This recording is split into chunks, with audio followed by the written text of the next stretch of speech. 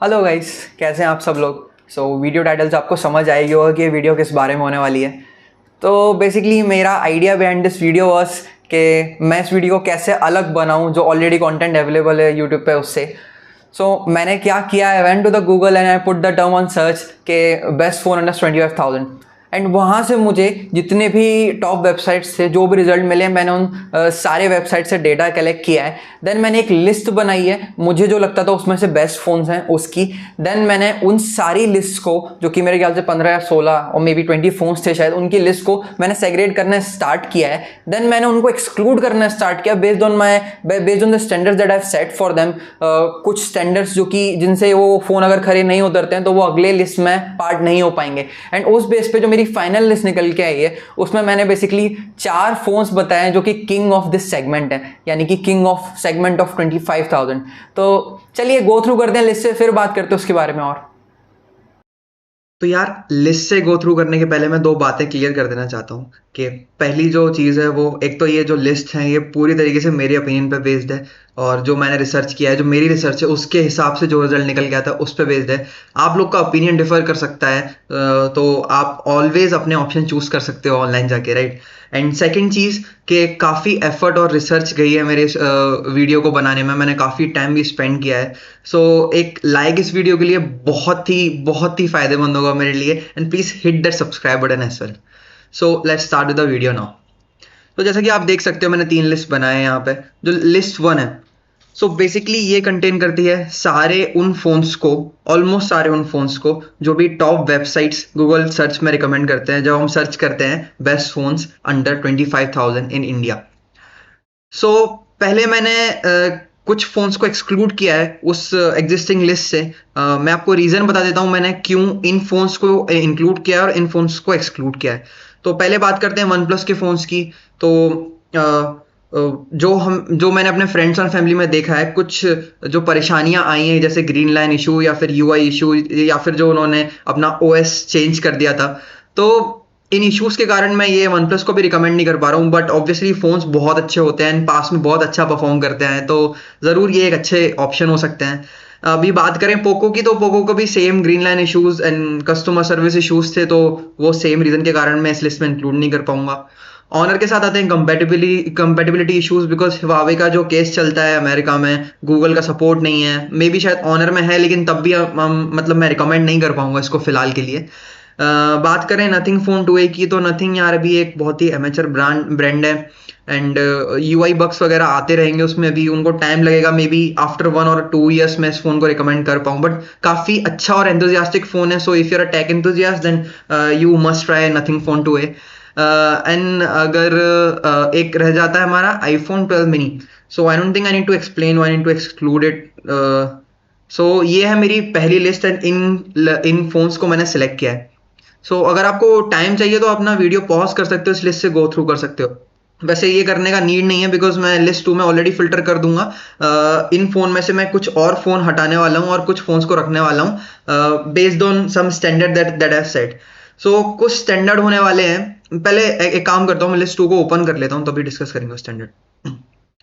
तो यार कुछ स्टैंडर्ड थे। पहली चीज तो ना यार, इस प्राइस पॉइंट पे जो कि 25,000 वाला प्राइस पॉइंट है ना, इस पे ना 128 GB का फोन खरीदना कोई सेंस नहीं बनाता है। मैं आप लोग को भी सजेस्ट करूंगा, कभी अगर आप खरीदना चाहो ना, तो मिनिमम 256 GB टारगेट करना, बिकॉज कैमरा सेंसर्स बहुत अच्छे हो गए। इमेज प्रोसेसिंग के बाद जो इमेज जनरेट होती है, उनका जो साइज रहता है काफी बड़ा होता है। तो एटलीस्ट आपका फोन 6000 इमेजेस तो कैरी कर पाए, जो आपके रेयर कैमरे से शूट किए गए हों। तो इस पर्पस के लिए मैंने मतलब 256 GB के ही फोन सेलेक्ट किए हैं। और अगर कोई फोन अपना 256 GB वर्जन नहीं अवेलेबल करा पा रहा है अंडर 20,000, मैंने उसको इस लिस्ट में नहीं रखा है। दूसरी सबसे इंपॉर्टेंट चीज होती है फ्यूचर सेक होना।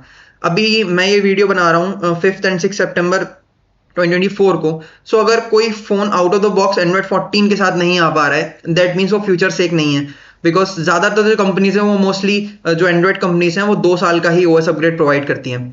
तो एंड्रॉइड 14 के साथ ना आना एक बहुत ही बुरा पॉइंट है, बिकॉज अगर आप आज की डेट में एक नया डिवाइस खरीदने जा रहे हैं, तो हम ट्राई करते हैं हमारा पैसा जो इन्वेस्ट होगा ना, वो किसी ऐसी टेक्नोलॉजी में होना जो हमें वर्थ फॉर मनी हो, जो हमारे लिए फ्यूचर से हो, जो एटलीस्ट 2 3 या 4 साल हमारे फैमिली मेंबर या हम उसको यूज कर पाए। ये मेरा रीजन है बेसिकली इन फोन्स को एक्सक्लूड करने का। बचे हुए फोन्स हैं ये सारे। दूसरे कुछ जो पॉइंट मैंने नोट किए थे वो थे ये 5G होना चाहिए, इनमें 4K रिकॉर्डिंग एनेबल होनी चाहिए, इनकी प्राइस अंडर 25,000 होनी चाहिए। अगर आप देखें एक Realme 12 Pro Plus वो शायद 25,999 का है, वो बेसिकली क्रेडिट कार्ड ऑफर्स वगैरह के बाद आप उसको अंडर 25 कर लेंगे, इसलिए मैंने उसको भी यहाँ रख लिया था। सो अभी बात करते हैं द किंग ऑफ 25,000 सेगमेंट। तो ये मैंने एक्चुअली 4 फोन सेलेक्ट किए हैं। मेरे हिसाब से ये बेस्ट ऑफरिंग है अंडर 25,000 सेगमेंट में। काफ़ी सारे फोन्स को मैंने एक्सक्लूड किया है बिकॉज ऑफ द रीजन जो मैंने आपको जस्ट अभी थोड़ी देर पहले बताया। बट एक काम करते हैं, लिस्ट से स्टार्ट करते हैं, देखते हैं क्या क्या ऑफर करते हैं वो फोन्स। तो ये है वो 4 फोन जिनको मैंने किंग ऑफ अंडर 25,000 सेगमेंट में रखा हुआ है। सो पहले स्टार्ट करते हैं हमारे फोर्थ फोन से, that is from Vivo, that is Vivo T3 Pro 5G, which is जो प्राइस सेगमेंट प्राइस मेंशन है वो 256 GB वर्जन की है। ओके, सो ये हैं कुछ प्रोज एंड कॉन्स इस फोन के बारे में। तो पहले बात कर लूँ मैं इस फोन के बारे में, एक टोटली ऑलराउंडर फोन है। इसका जो प्रोसेसर है स्नैपड्रैगन 7 Gen 3, ये इस सेगमेंट का बेस्ट है। डिस्प्ले भी वन ऑफ द बेस्ट है, एमोलेड डिस्प्ले मिलता है आपको इसके साथ which is 120 hertz. Charging speed अच्छी है, बैटरी कैपेसिटी काफी ज्यादा है। ओएस अपडेट एक कन्वेंशनल 2 ईयर्स का with security update of 3 years. साथ ही इसमें आपको फन टच ओएस देखने को मिलता है जो कि अभी एंड्रॉइड 14 पे बेस्ड है। एंड कैमरा ऑब्वियसली अगर मैं सेगमेंट में कैमरास की बात करूं तो मुझे तो अभी तक कोई फोन नहीं मिला है जिसमें 4K 60 FPS रिकॉर्डिंग पॉसिबल हो।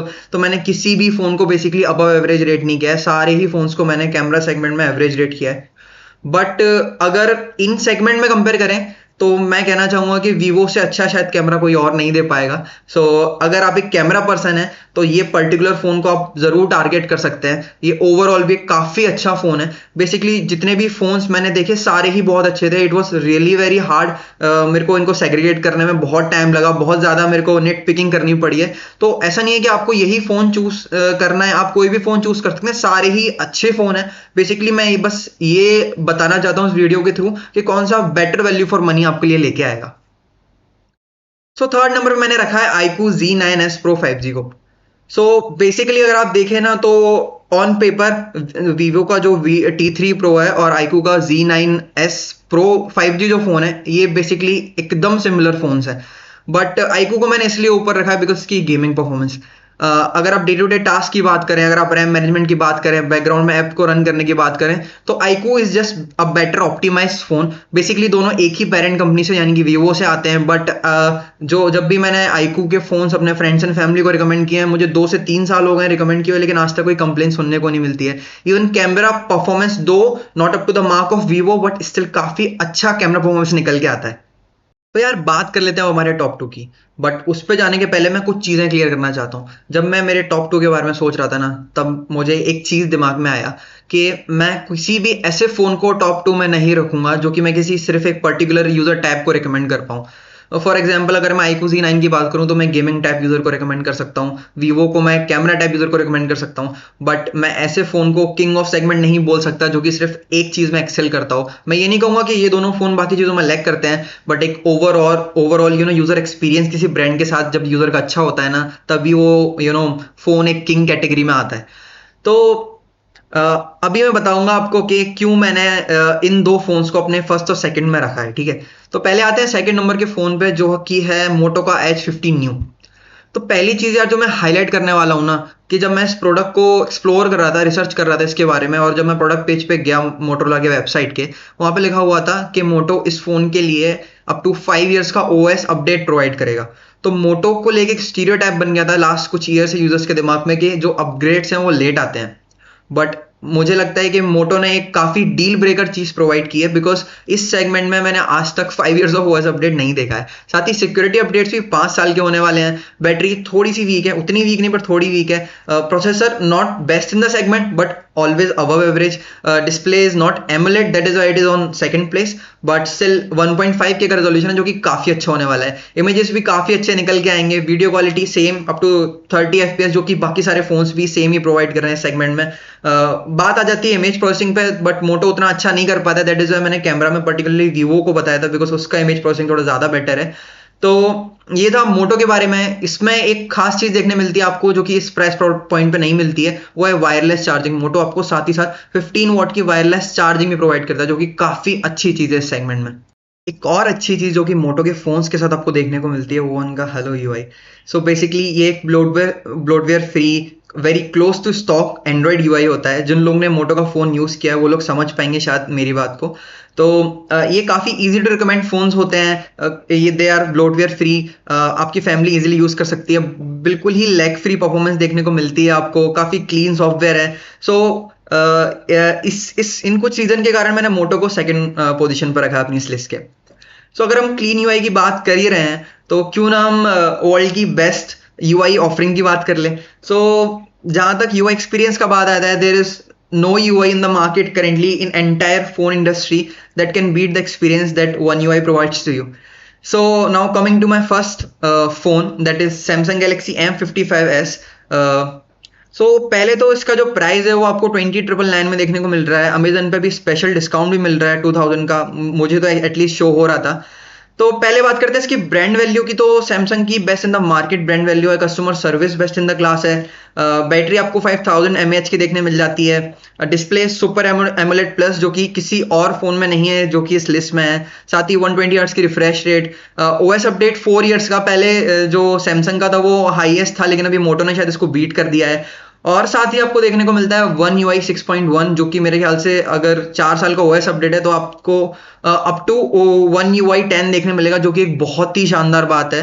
बिकॉज ये यूआई एक्सपीरियंस हमारी फोन यूजिंग एक्सपीरियंस को प्रीमियम कैटेगरी में लेके चला जाता है। एंड यही एक रीजन है जो मैंने इस पर्टिकुलर फोन को किंग ऑफ दिस सेगमेंट बनाया है।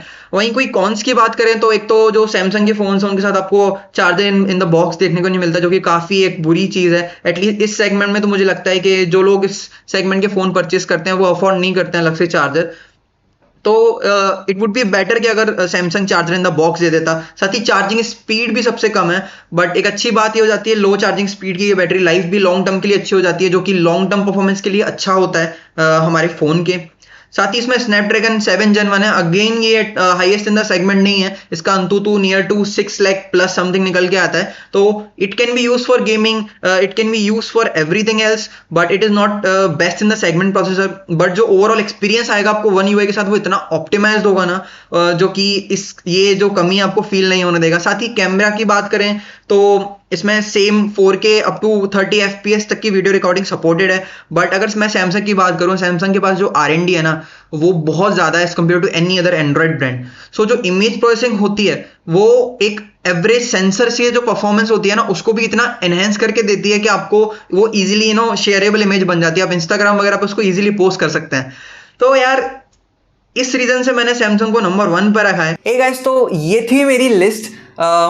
उम्मीद करता हूँ कि आप लोग का कंफ्यूजन दूर हो गया होगा। जो मेरी फाइनल लिस्ट थी उसमें मैंने जैसे कि बताया है यूज़र टाइप के हिसाब से मैंने उसको डिवाइड भी किया है कि गेमिंग यूज़र के लिए कौन सा बेस्ट फ़ोन रहेगा, कैमरा यूज़र्स के लिए, ऑल्सो जो ऑलराउंडर फोन्स जो कि आप अपने पेरेंट्स या फिर ग्रैंड पेरेंट्स के लिए खरीद सकते हैं, जो कि आपको एक क्लीन यूआई एक्सपीरियंस देंगे, जिसको आपके जो पेरेंट्स एंड ग्रैंड पेरेंट्स है without much knowledge of mobile phone वो यूज़ करना स्टार्ट कर सकते हैं। उसका लर्निंग कर्व भी स्टीप नहीं होगा, तो वो ईजिली उसको यूज़ भी कर पाएंगे।